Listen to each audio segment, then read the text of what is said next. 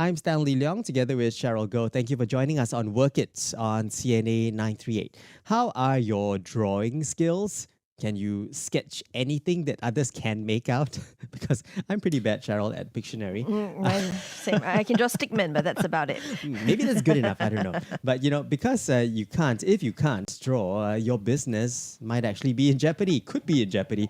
Now, did you know that drawing simple pictures can figuratively save you from going out of business? Wow. Yeah. And if a picture paints 1,000 words, how can it potentially save your business from folding up?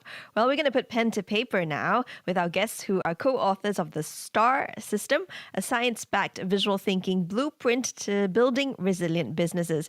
And we're pleased to have joining us right here in the studio, Sherry Low and Go Ayat. Both ladies are master trainers for the corporate training series, The Power of Visual Thinking in Business.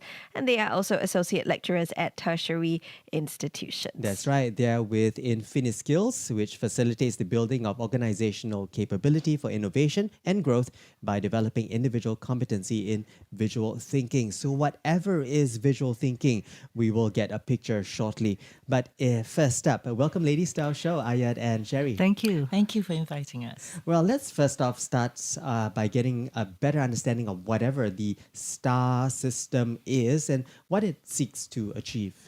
So basically for us, the S.T.A.R system is a powerful framework to strengthen business acumen. I think for many of us, we see a lot of challenges in today's business operating environment. And the more we think about it, it will be issues related to having to stay resilient, having to reinvent ourselves.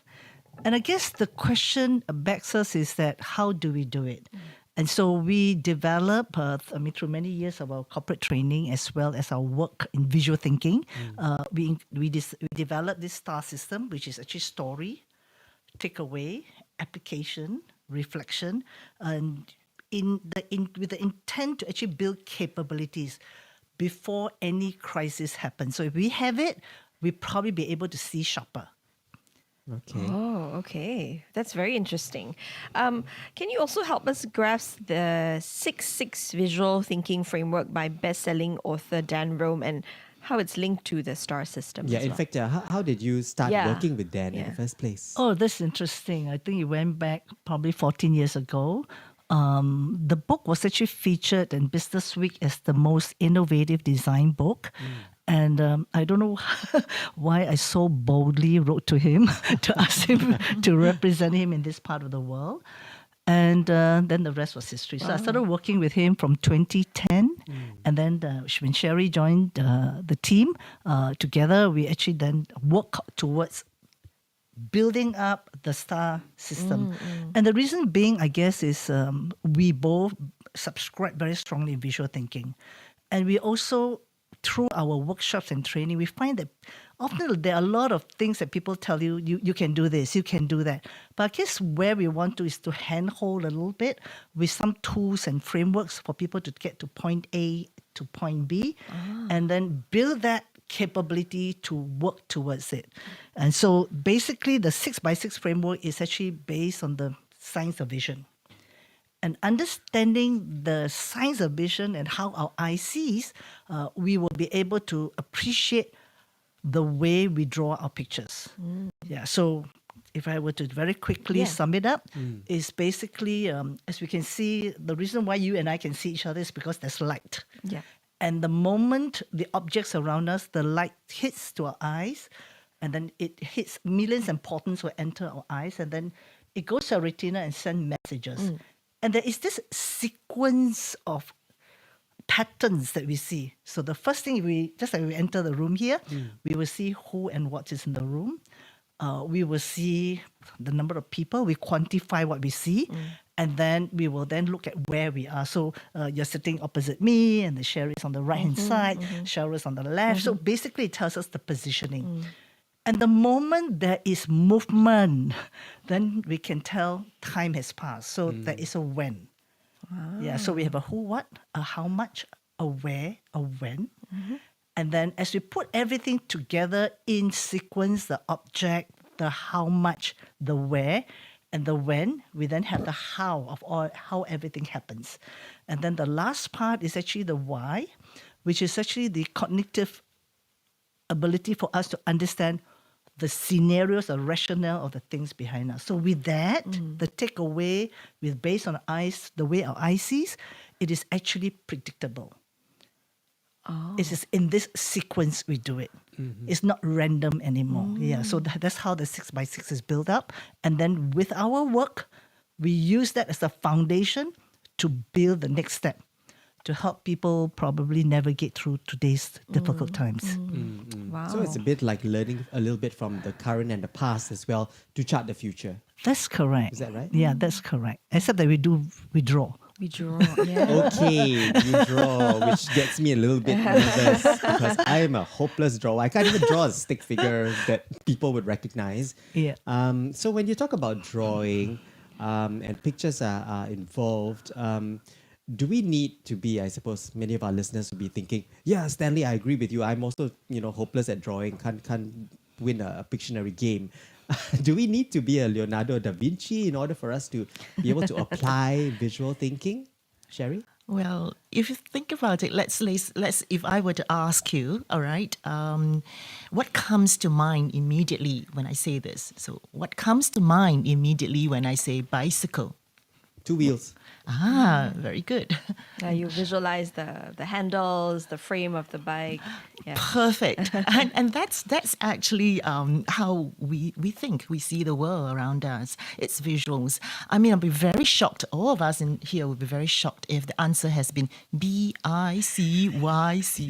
Oh, that's true. Right? Yeah. So we are actually innately visual to begin with. So everybody can draw. And we're not talking about being artistic. This is about being able to draw as you think. The symbols you draw, the dot, the line, the arrows, the square, the circle, the triangles, the stickman, they're meaningful to you. And that's all it needs. You don't really need to be able to artistically produce a piece of masterpiece. So good. So I can draw, and I can show it to Cheryl. If she doesn't make sense of anything that I've drawn, it doesn't matter as long as I understand what I've drawn. Now, that is very interesting, right? So it's because the moment you put something in visual, the conversation starts. What are you referring this box? What is this about? Yeah, is that a box even? or whatever you have drawn. exactly. So the conversation will not be between you and I anymore. It's about your idea that you put on a piece of paper. And interestingly, the ones who protest the most, I can't draw, will be snatching the pen from Stanley. And then it becomes a collaborative process. Yeah. Oh, that's so interesting. That really is. So we know, ladies, that there are 6 business fundamentals that are referenced in your book, and they are called the 6 W's. It reads pretty much the same as the 5 W's and an H that we learn also in journalism, right? Who, what, when, where, and how. Why, how? Oh, yep. And so is it pretty much the same for the 6 business fundamentals? You're right, actually, to make that observation. I think if you look at the intention behind using both of those frameworks, it is with a desire to provide a comprehensive understanding of the story that you're communicating. So it's similar in that sense. But with the for the 6W that we have in the book, we are specifically focused on the business context, looking at business decisions, business strategies, operations, markets, customers. I think therein lies that fine difference. Okay. Well, let's also invite our listeners. This is a very intriguing conversation that we have unleashed on radio. Yeah. If you've got a question for our guests today, we welcome your calls. Sherry Low and Go Ayat are with us, and they have written a book titled The Power of, not the Power of Visual Thinking, although we are talking about visual thinking. They're authors of this book titled The S.T.A.R System, a science-backed visual thinking blueprint to building resilient businesses. If you got a question, do put them through. You can text us at 963-11938. That's WhatsApp. WhatsApp us at 963-11938. Happy to relay your questions to our guests. Okay. Can you also then talk us through a case study and maybe vividly describe how you'd weave in pictures to aid our analysis in this? Yeah. Okay, this is often quite difficult when we can't draw it visually. Yeah, and our listeners That's the can't challenge. so So it's they know very, very challenging. you're Describe conveying it so well. visuals through a non-visual medium. That's true. Okay, let us try this, okay? Mm-hmm. And for those who are at home Yeah. or at the office, if you can grab a paper and a pen. Don't but- do this if you're driving. Yeah, please don't do that when you're driving.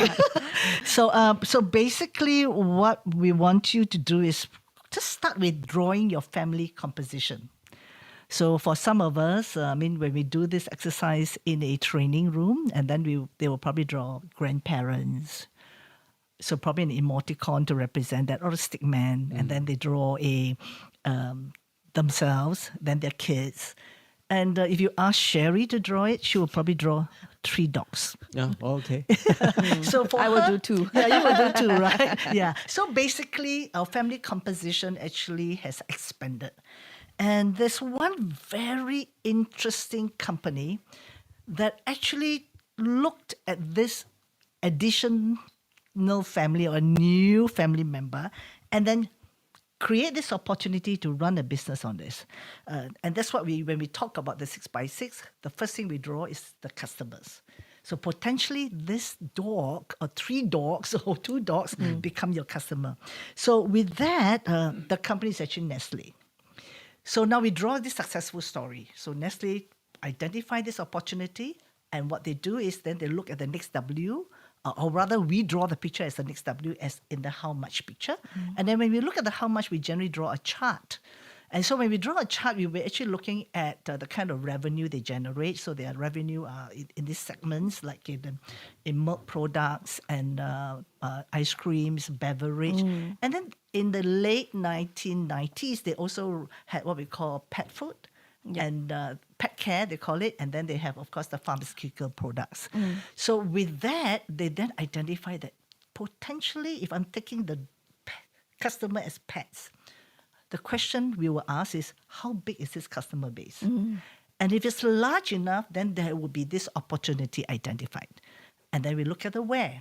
And the where will be basically your distribution, your network, where you can get these supplies. So in looking at that, of course, Nestle has a huge global network, and they can tap on their global network and their partners to be able to do this. And then we look at the when. So the question of the when is actually, when are these customers' needs to be fulfilled? And because they have 24 hours needs, we're talking about their everyday needs. Yeah. So that's how they will fulfill that. And then we look at the operation. So the question is, how do then they do this? So obviously you have to probably find talent, look some R&D, look at some innovation space or distribution space. But of course, Nestle took the strategy of acquisition. Yeah, and then we go to the why they want to do this is because they actually supply to family needs. Yeah. And so when looking at family, they want to fulfill the end-to-end family needs. So with the 6x6 in this particular case study, we're actually looking at one, which is actually the customer base, and then we draw the 6x6 around this customer needs, so that the opportunity and identifying the opportunity becomes crystal clear. Wow. Okay. And it definitely helps that you have something visual to make reference to, because sometimes when you're just talking abstract without any, thing to hook on, you kind of lose your train of thought sometimes. That's true. And because we draw the picture and then we say, hey, we never thought that this could be a customer, right? So it actually opens up what we normally don't. Untapped possibilities, basically right? what we don't see. Yeah. Yes. Okay. Very nice. Yeah. So actually, this is a book. Apart from the book, you as we introduced both of you earlier, you also are associate lecturers at tertiary institutions. Is this what you also go about teaching our university students about visual thinking? I think we both do incorporate. I mean, you mentioned earlier on that it's very similar to journalism because I teach professional writing. And yes, there is this, similarity. And it really helps when you go take a pen and then you actually draw it out to the 6x6 and explain to them that when you want to communicate clearly, it is important to sort of take into consideration all all the different components and aspects of it. So yes, we do draw. I mean, most recently when I also teach another module, which is Business in Society, and to explain to them the difference between equal and equitable, it was just a lot easier if you get a pen and you draw a few drawings rather than go into all that, the just words alone. It's Yeah. just not enough. I can imagine your classes are very fun. But how perplexed are the students? Because we assume that millennials these days, they don't hardly ever pick up a pen. And everything's on their phones keyboard, nowadays. phones, swipes, thumbs and fingers. So do they look at you like draw? What is draw? Or they draw on their iPad maybe. Oh yeah. Yeah, actually, a lot of them do that. I think I teach innovation management. I Okay. think one of the key things is a part of the program is also including design thinking. And we actually have to think about building prototypes, thinking about ideation. And it's all about few of us sitting together and sketching out the idea and trying to form some sense of the visuals that we have come up, and then you just add on. So I think they are comfortable in my mind because a lot of things that the younger people do today, they watch, they do TikTok, they do everything to them is visual. Yeah. The question is, I guess, it is quite ironical that when you go to a class and then you can just pick a piece of paper and a pen, they don't have it. No pen and no paper. No such thing as a notebook, right? It doesn't exist in their world. I mean, very often I actually bring my own and just to, here you go, please take one. Get back to the rudiments. Back to basics, caveman drawing or what have you. Hey, they can actually save your business from folding up. And this is where we'd like our guests to explain the 4 steps to us as found in their book. So basically, the 4 steps is actually story, recall the business fundamental, draw the story, and learn from the story. I think where it resonates very well is because we love stories and we listen to successful stories that motivates us. So what we basically, when we came up with this steps, we were thinking that if they could just capture these stories and link these stories to the 6 fundamentals, business fundamentals that Sherry shared just now, which is if we look at the who, we are looking at customers. When we look at how much, we look at money. When we look at where, we talk about positioning. When we look at when, we talk about timing. When we look at how, we look at operations. And when we look at the why, we look at value proposition. So if we could map that story to the slice that we talked about. So if that slice is related to customer, we will draw the six story based on this customer segment. If we think it's a money story, we will do that. So the moment we draw this, then we learn from those stories. Okay, and this when we say we draw, when we learn from these stories, it could be a growth strategy, or it could something got to do with efficiency improvements that we could use at our workplace, or it could be a change of business model. So those are the lessons that we draw from the story. Now, the whole crux of this, when we talk about building capabilities, is about we do it in the form of a discipline, and we build a depository of these stories that we could flick on and off as we looked at it, or the visuals that we have drawn, and then if a situation arises, and I can say, hey, I remember this story, and then I go to my depository of stories and then take it out and see how I can apply at my workplace. And so that's the context with regard to applied visual thinking. Okay. Okay, and I like how when you draw the story, you're basically mapping out a pathway. So it really illustrates how every business, it's a journey as well, isn't it? It's like different stops along the way, along that path. Yeah, true. And it really helps you to see it quite clearly. I think to add on is about the more information you gather, the better the decision, because it gives you clarity. Correct. Yes. Okay, so we've got the 4 steps of applied visual thinking. And then you also write on page 95 of your book that the visual thinking framework to the business management context doesn't just provide one with a systematic approach to gain valuable business insights from business stories, but also the ability to see warning signals and the willingness to embrace change and adopt a growth mindset. So help us understand these 2 points a little bit better. I think if I take back, the best way to illustrate is go back to the Nestle story. Just now we look at the family composition. And of course, if we think about the family members, a lot our psychographic changes, our lifestyle changes that we have. And understanding that, we will probably look at what they need now. So many of them are looking at healthier options. So in the case of Nestle, they actually embark this journey to make their food as healthier choices for their customers that they have. And in doing so, that is the trigger. The trigger is customer is changing. Do we do something about it? So that's the trigger. And their willingness to embrace that is what actions they take. And the actions that they take is, I build a team, I build a talent around doing this to look at those changes. We look at increasing our competencies to be able to actually build that change for them. And so I guess if there is a takeaway, in some ways a takeaway for this, it will be when who is changing, first thing, then we change the what we offer.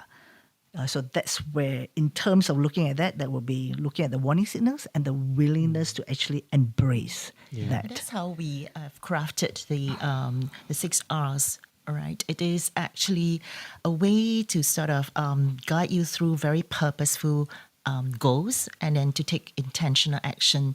And before that, obviously, to build those capabilities, recognizing that the world around us is volatile, and recognizing that change is absolutely necessary, because whatever perspectives or logic you may have up till now may not really be relevant anymore. So you do need to sort of at least embrace the idea of a transformative change, rather than small little tweaks here and there. Yeah. So hence embracing that change. Yes, and while both of you were speaking, I was thinking of a recent case study, wasn't there? This company, were they manufacturers of infant formula or diapers, one of them, and they realized that, hey, there are lesser and lesser babies. Why are we making Precisely. instant formula? So I guess when you draw the customers, when you get people to draw who the customers are, and increasingly if it's like no more young people in the family picture unit, and it's more older people or maybe dogs, and you realize, okay, no one's buying infant formula as much as they used to these days, then you might want to think about switching out the products that you're manufacturing. Yeah. Absolutely, yeah. And it's like, if you, obviously the company will be looking at their charts, where the revenue is coming from and how the performance is. And that's where they will see those gaps, and then they'll have to take the action. Yeah, I think that part is interesting, is because the visuals will actually show you how wide that gap is. And then which one do you want to address first? Yeah. Actually, these would be great just to do surveys, customer surveys, right? I mean, rather than to put out Questionnaires. you just get people to draw family unit and all. And you're absolutely right, because visuals, do provide greater clarity. I mean, just imagine the last time you're a tourist in a foreign country and you're walking and hoping to ask for directions from a local. And the local responds by saying, you go straight, you turn left, you turn right, you turn 3 more left, 3 more right, turn around, do a sharp conturn. Wouldn't it be easier if he has a map and he draw arrows and show you? And wouldn't it even be easier if you just look up at the buildings and, that's the marker. Yeah, definitely. Okay, ladies, we also know that in your book, you list 6 action triggers to help one start designing one's plans and make purposeful goal setting possible as one embraces these transformative changes that you talked about. So what are these action triggers and what do they involve? Okay, so when we talk about just now the Nestle, the first action triggers is actually retarget. And so, as the story that you told too, if the younger population doesn't need formula powder, milk powder anymore, actually the question is, could I also do protein-related formula for the elderly too? So actually it's talking about changing. So we look at retargeting. Yeah. The second one, we look at actually the remeasure. And remeasure, I guess here we are specifically identifying the business financials. We look at the revenue, we look at the cost, we take a look at the returns, and of course, what kind of commitment organization put together in investment for change. And that will actually drive the future for the business to be sustainable. And when we look at repositioning, the question, I guess, is move to where the customer wants you to move. I mean, many companies tend to stay where they're comfortable or what they've been successful at, and then they don't make that pivot, and that's why outliers come into the marketplace Suddenly, and then wipe them out. I think of Kodak when you say that. Was Yes, it Kodak? correct. One of the ones that make Yeah. films. Fujifilm? Yeah. Could They it be didn't go Fuji? digital. Yeah, Kodak. Kodak. Yeah. Yeah. Actually, if we could Actually, digress. Actually, Fujifilm might offer more interesting. Yeah. I'll go ahead. Actually, we look at Fujifilm today and they're so successful. And not so much as the film, the original film side. And what they did was they actually went back to the source of their research. And what is really interesting, the colors that actually make the pictures that we take bright, it actually comes from an ingredient collagen. As in same collagen that we find in our soup. No, as in fish. The skin collagen. Skin collagen. Yeah. And it's really interesting. So they took that and they grew another new business. And that is the cosmetic business. Yeah. So it's S.T.A.R Lift. Oh. Yeah, so this is where we look at. So if you can't serve the market this way, Yeah. you move somewhere else, right? That's But amazing, yeah. The key is go back to your strength. Yeah. And a lot of people, we forget. We don't know how to repurpose it. Yeah. Yeah. So we've got retargeting, remeasure, and repositioning in terms of the action triggers. What else do we have? Apart from collagen too. Okay, then we have, of course, realigner. And at the end of the day, I guess we have to delight our customers at every when. I mean, we can't run away from the fact that people are changing all the time. The needs are changing all the time. So the organization need to actually work towards that. And the operation part, of course, when we talk about it, is redesign. And I think many times when we look at it, it's about improving the efficiency of the organization so that they can serve the customer better or a better efficient deliverable of their products. Yeah, and of course the why. Sometimes they have to go back and then go to the drawing board and rethink. Does what they offer now justify the why their business exists? I think that's what the action triggers are about. And because of that, it becomes purposeful. It has a strategic shift in terms of the business as they move from point A to point B. And that, as Sherry said just now, all this transformational changes that is so critical in today's business. Definitely. Yeah, so these are the the chapter, if you like. Let's return to it. It's retargeting, remeasure, repositioning, realign, redesign, and Is there one more that we're missing? Rethink. Rethink. there you go. Yes. Rethink Okay. that completes the 6. Yeah. All right, and we also read that there's an arsenal that you've labeled creativity prompts. Oh, we love prompts. Sometimes we just need some prompting to get things done. Share some examples with us on creativity prompts. I Sherry? think earlier on, Ayat mentioned about the Fujifilm and S.T.A.R Live. That's a repurpose, which is one of the prompts that we have. If you think about, if you look out, right, you might have seen the red rhino that's out there, SCDF. Yeah. Right. I think we should really be very proud of that. That's a very good example of thinking opposite, which is one of the prompts. And it actually originated from Batman Begins, which is 2005, the Batmobile. Oh, okay. Yeah. So that is an amazing machinery that's kind of weave through Gotham. So, and if you look at urban city and our streets right outside, it does benefit when it's a smaller vehicle rather than the huge fire engines that we're all familiar with. Yeah. That's actually what we'll call cross-industry application. So all the prompts here is actually to get you to go beyond what is around you, your industry, because if you're looking at long-term, you could broaden that horizon and look at other industries. They offer solutions that you can then adapt to your industry.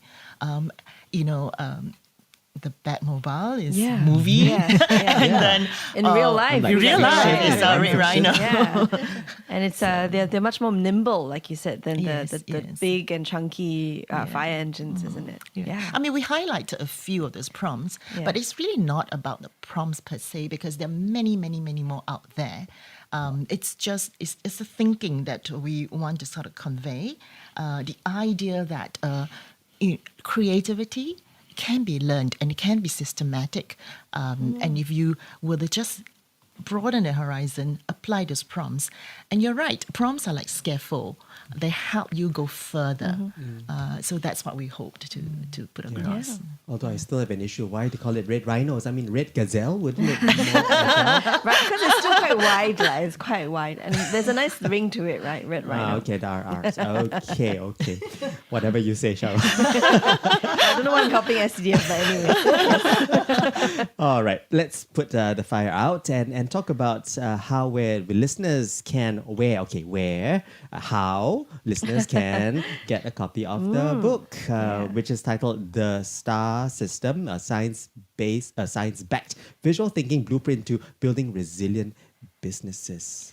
Well, you can get it at the bookstore online. So if I were to do it in alphabetical order, not to give preference to one or the other, you can go to the book bar Okay.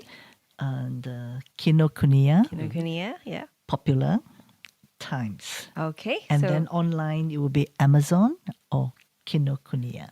all right. So many options for you to get your hands on this book, and you must get the hard copy or ebook copy. Don't get the audio book because this one has a lot of visuals. So you need to be able to see. I don't even think the there might be an audio. Is there an audiobook version? No, right? Yeah. There shouldn't be. Yeah, but yes.